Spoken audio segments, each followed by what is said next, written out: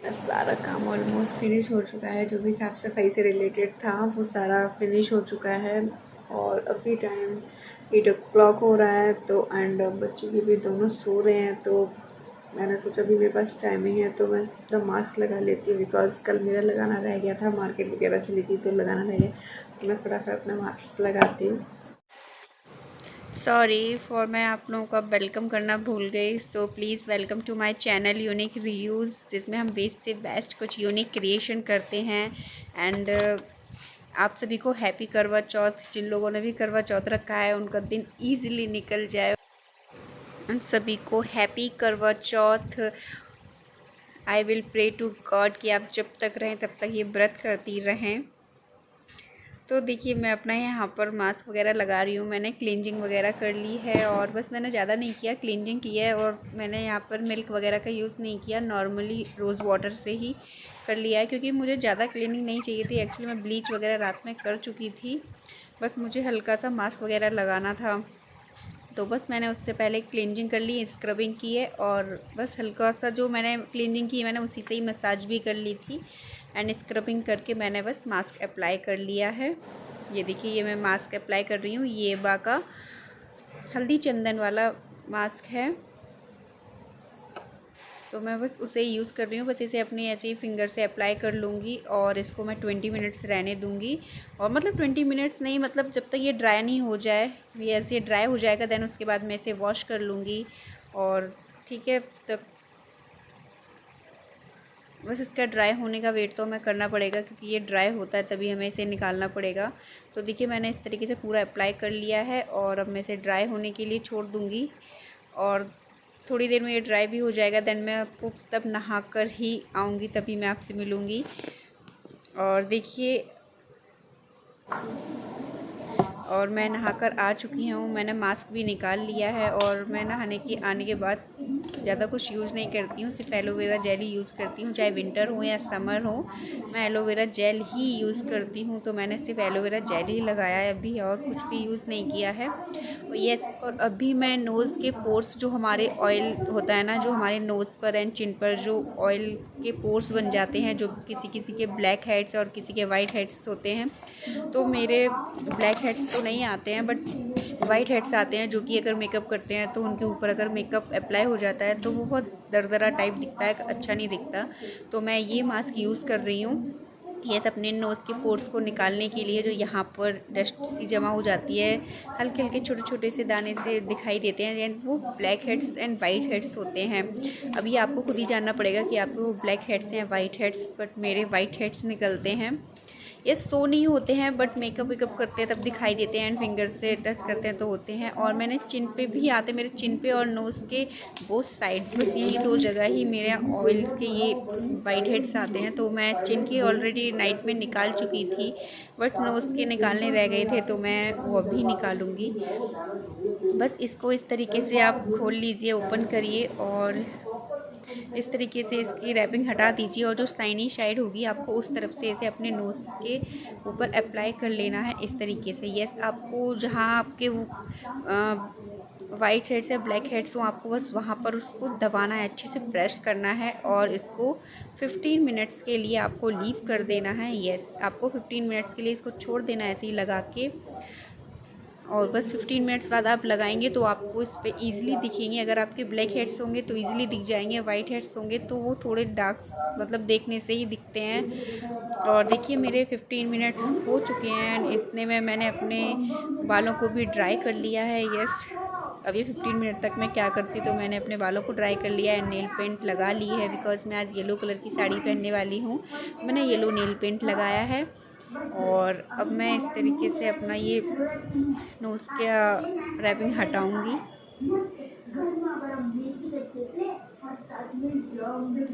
इस तरीके से हटाऊंगी। इस पर वाइट हेड से मैं आपको शो करती, बट इसमें शो हो नहीं रहे थे, क्योंकि कैमरे पे मैंने दिखा के भी देखा, तो मैंने उस वीडियो को स्किप कर दिया, बिकॉज उसमें दिखाई नहीं दे रहे थे कैमरे पे, बट वैसे देखने पर दिखाई दे रहे थे।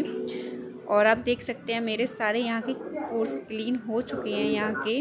तो अब मैं नहा धोकर तैयार हो चुकी हूँ, और जो भी मेरे काम थे, जैसे नेल पेंट वगैरह है, मैंने सब कुछ लगा लिया है। और अब बस मैं थोड़ी सी तैयारी करूँगी, वो तैयारी जो कि खाना बनाना होता है वो करने, और अपना सामान जो भी मुझे पहनना है वो सब निकालना है। अभी कुछ नहीं किया, सिर्फ बच्चों को खाना ना खिलाया, उनका नाश्ते वगैरह सुबह कराया है। अभी उन्होंने खाना भी नहीं खाया, तो फ़िलहाल पहले मैं उन्हें खाना दूँगी, उसके बाद मैं किचन दोबारा से साफ़ करके एंड तब दोबारा खाना बनाऊँगी। ये है मेरी साड़ी, क्योंकि आज मैं ये वाली साड़ी पहनने वाली हूँ, तो मुझे इसी कलर का सेट बनाना है। मैंने एक्चुअली पूरा सेट बाय नहीं किया है, मैं इसे खुद ही बना लूँगी, बिकॉज़ हर बार सेट खरीदती हूँ तो बहुत सारी चूड़ियाँ हो गई हैं, तो मैंने सिर्फ नई चूड़ियाँ इसकी मैचिंग की खरीद ली हैं, गोल्डन एंड ये इस तरीके के बैंगल्स लिए हैं। अब मैं इनसे कैसे मिक्स मैच करके इसका सेट बनाऊँगी।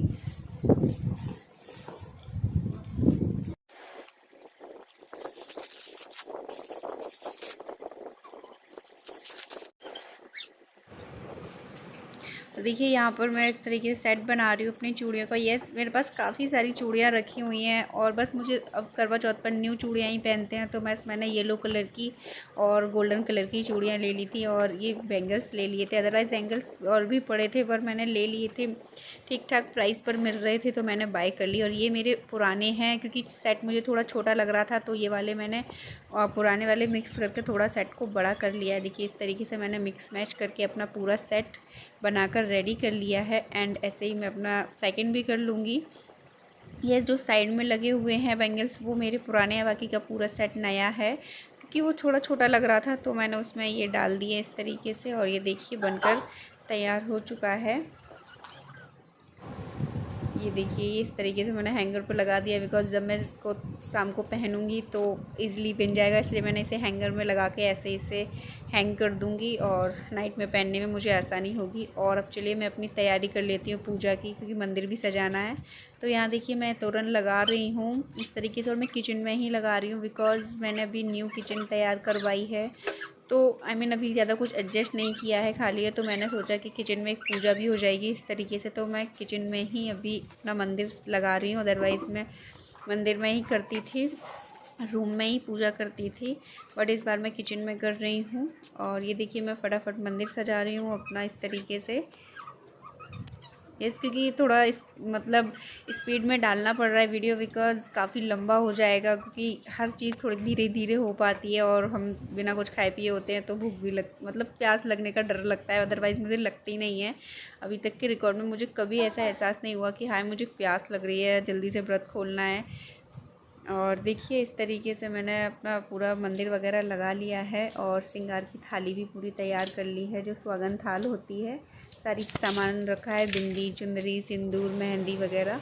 और ये मैं बिछिए चेंज कर रही हूँ। एक्चुअली क्या होता है कि मैं ना हमेशा करवा चौथ पे ही बिछिए चेंज करती हूँ, और बीच में मैं कभी भी बिछिए वगैरह चेंज नहीं करती हूँ, बिकॉज़ वो टूट जाए कुछ भी हो जाए, मैं उन्हें ही पहने रहती हूँ, बीच में चेंज नहीं करती हूँ। ये देखिए मैंने पुराने उतार दिए हैं, पुराने वाले थोड़े ये बड़े थे, जो कि इस बार मैंने छल्ले टाइप पतले ही खरीदे हैं, बिकॉज़ बैली वगैरह पहनती हूँ तो बिल्कुल भी कंफर्टेबल नहीं होते, बहुत चुभते हैं ये, और सर्दियों में तो बहुत ही ज़्यादा, क्योंकि फिंगर्स में, टोज़ में जो है ना स्वेलिंग आ जाती है, तो और भी गब जाते हैं, तो वो मुझे बहुत दर्द करते हैं, इसलिए मैंने इस बार हल्के हल्के से ही बाय किए हैं। और देखिए मैंने इन्हें इस तरीके से पहन लिया है।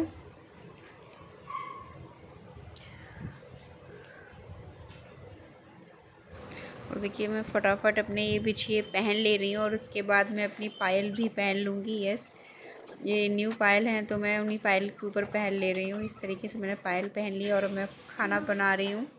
एक्चुअली सबके अपने अपने ट्रेडिशंस होते हैं, रिचुअल्स होते हैं, उनके अकॉर्डिंग ही सबके अलग अलग खाना बनता है। किसी के यहाँ फ़रे वगैरह डाल के, जो चावल के फ़रे वगैरह होते हैं वो बनते हैं, और किसी के यहाँ पूड़ी सब्जी बनता है, बट हमारे यहाँ कच्चा एंड पक्का दोनों तरीके का खाना बनता है। पूड़ी सब्जी और पूड़े बनते हैं, नमकीन, मीठे, और कड़ी चावल एंड रोटी भी बनती है। यस, रोटी भी बनती है, और सब साथ साथ होते हैं, इसीलिए अब 7 पूड़ी 7 रोटी होती है तो इतना खब नहीं पाता है, इसलिए मैं रोटियां देखिए कितनी छोटी छोटी मैंने रोटी बनाई, और मैंने पैन में ही सेक ली है, क्योंकि 7 रोटी बहुत ज़्यादा हो जाती है। मैं और मेरे हस्बैंड दोनों खाते हैं, फिर भी ख़त्म नहीं हो पाता है, इसलिए मैंने थोड़ा थोड़ा ही बनाया है, छोटा छोटा बनाया है, जो कि आराम से खप जाए। और देखिए इस तरीके मैंने पूरा खाना भी प्रिपेयर कर लिया है अपना।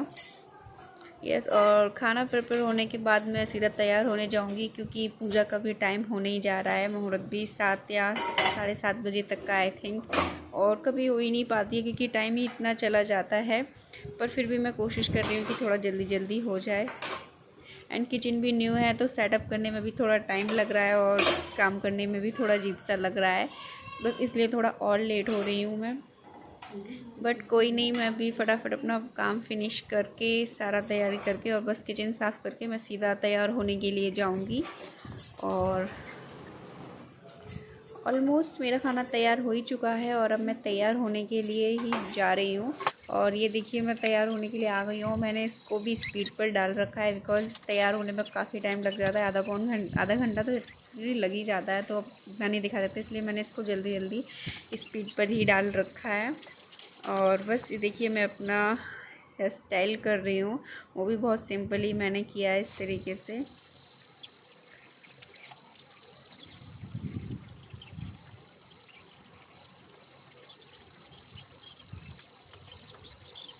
हेयर स्टाइल करने के लिए मैंने ज़्यादा कुछ नहीं किया, बस आगे से ही ऐसे ही हल्का सा फ्रंट जॉइन कर लिया है। और ये जो मैं हेयर्स निकाल रही हूँ इनको मैं कर्ल करूँगी, मैंने इसलिए निकाला है। और मैंने सिंपल सा एक जूड़ा बना लिया है, और जूड़ा बनाने के लिए मैंने बस सिंपल सा पफ लगा के जो डोनट होता है हमारा, मैंने उससे ही बना लिया है। और बस देखिए मैं इसके ऊपर अपने बालों का जूड़ा लगा के मैं इस पर जो ये रेडीमेड होता है, जैसे रेडीमेड एक्सटेंशंस ये होता है, मैंने इसको लगा लिया है और बस अपना हेयर स्टाइल का लुक कंप्लीट कर लिया है। बिकॉज चुनरी वगैरह हम डाल लेते हैं तो वो ज़्यादा शो होता ही नहीं है। इनफैक्ट मैंने इसलिए और लगाया बिकॉज मेरी नेट की चुनरी है, जैसे हम वेडिंग की ही चुनरी को डालते हैं। आउटफिट हमारा कोई सा भी हो पर हम चुनरी वेडिंग की ही लेते हैं, या तो उसी के साथ ही पूजा करते हैं। और ये देखिए मैं फटाफट तैयार हो रही हूँ।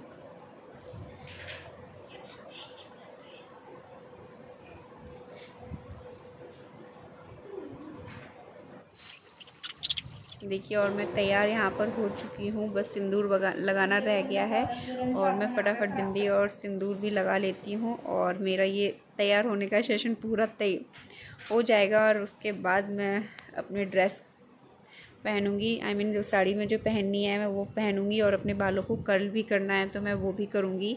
और कर्ल करने के लिए मैंने कोई मशीन का यूज़ नहीं किया है, एक्चुअली ऐसे ही हल्का सा उसको गर्म करके गैस पर, और बस इस तरीके से मैंने उनको कर्ल कर लिया है। देखिए इस तरीके से मैंने हेयर्स को अपने को कर्ल कर लिया है। और ये इस तरीके से भी कर्ल काफ़ी अच्छे बन जाते हैं। एंड ये वाले हेयर्स मैंने ऑलरेडी काफ़ी लंबी लट निकाल ली थी तो वो इतना लंबा रह गया है। एंड ये मैं रंग लगा रही हूँ अपने पैरों में, आलता बोलते हैं इससे। यस मैं वो लगा रही हूँ क्योंकि हमारे में बिना आलता लगाए कोई भी पूजा पूरी नहीं मानी जाती है। इसको मैं देवी माँ को छुपा के फिर हम अपने पैरों में लगाते हैं। यस तो मैं वही रंग लगा रही हूँ अपने पैरों में, और इसको लगाने के बाद मैं अपनी पूजा की कथा वगैरह जो भी है वो तैयारी करूँगी।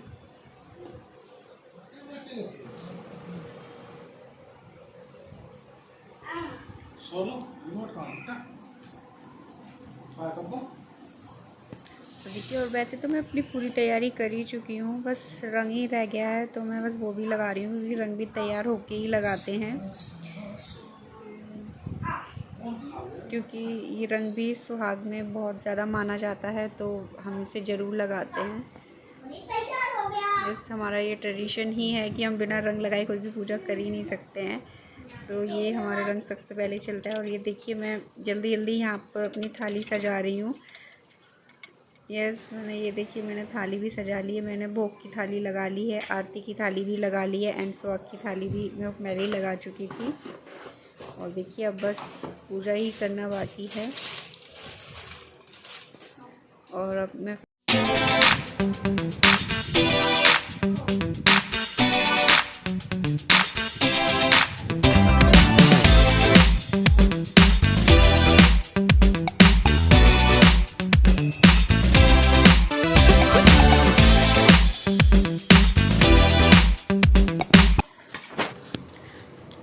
और देखिए अब मैं किचन में आ चुकी हूँ अपनी पूजा करने के लिए, और ये मैंने अपनी चुनरी ओढ़ ली है और अब बस मैं पूजा करूँगी और कथा सुनूँगी। और बस एक्चुअली क्या हुआ, हमारे यहाँ इस टाइम बारिश बहुत तेज़ शुरू हो गई थी। यस, बारिश शुरू हो गई थी, उसकी वजह से चाँद भी नहीं दिखाई दिया। मैंने रात को 10 बजे तक वेट किया पर चाँद नहीं दिखाई दिया। उसके बाद न्यूज़ में थोड़ा बहुत आ रहा था कि 10:30 बजे तक दिखाई देगा, और 10:30 बजे तक भी चाँद नहीं आया। इनफैक्ट 10:30 के बाद फिर से बारिश अगेन स्टार्ट हो गई, और फिर तो चाँद निकलने की कोई उम्मीद भी नहीं रही। फिर भी मैंने 11 o'clock तक वेट किया, मुझे शायद चाँद के दर्शन हो जाए, पर कोई पॉसिबिलिटी नहीं लग रही थी कि हाँ हो जाए। पर मेरी पीहर में चाँद ऑलरेडी 8:30 बजे ही निकल चुका था, और मेरे यहाँ तो कोई नामो निशान भी नहीं था चाँद के निकलने का। और तो मैंने बस कथा वगैरह सुन के फिर मैंने 11 बजे अपने यहाँ पर घर पे फ़ोन किया, एंड वहाँ से उन्होंने मुझे फ़ोन में ऑनलाइन ही चाँद दिखाया, एंड उसको देखकर मैंने अपने व्रत को खोला। तो एक्चुअली वो बहुत लेट हो चुका था, तो मैं उसका शूट नहीं कर पाई बिल्कुल भी, क्योंकि काफ़ी ऊपर छत पर बारिश भी हो रही थी, तो मैं वहाँ जाकर शूट नहीं कर पाई। उसके लिए सॉरी। और ये मेरा लुक है। Thank you watching my vlog.